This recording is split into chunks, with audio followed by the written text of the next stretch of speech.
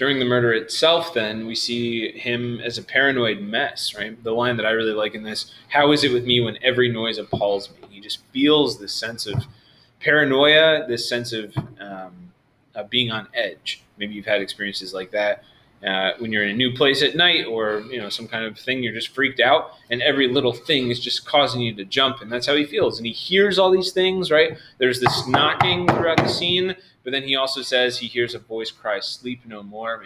Macbeth doth murder sleep." Something we'll talk about here in a second. And he expresses almost immediate regret. He says, "Will all great Neptune's ocean," Neptune, of course, the Roman god of the water, of the ocean, wash this blood clean from my hand? No, rather, this hand will rather the multitudinous seas incarnadine, making the green one red. There's this apocalyptic image here that Macbeth, with blood in his hand, will go to the ocean, and instead of dipping his hand in and watching it wash away, the second the blood from his hand touches the ocean, the whole ocean will turn red, right? And this massive ocean of blood, which is a pretty heavy sense of his guilt. It's not just skin deep, right? It's guilt that would affect the entire world. If you think about the medieval into Renaissance mind here, and that chain of being, right? Like the king at the top of the chain of being, and you can imagine the natural world having its own chain. When something disrupts the chain of being, then all these negative consequences overflow. That happens during the night of the murder, right? At the end of Act 2, Ross is talking to this old man, and Ross says, it's been a weird night, and they talk about how Duncan's horses escaped and ate each other, which is like these crazy gurglings and murmurings happening in the natural world. And so Macbeth feels instant regret. He says, "Wake Duncan with thy knocking, I would thou couldst."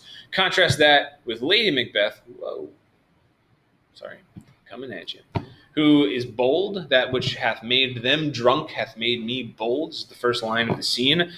She is alive tonight, right? She says, "A little water clears us of this deed. How easy is it then? Just wash your hands, pre-forensics, no fibers to worry about, and we're done." And she ridicules Macbeth for his lack of consistency.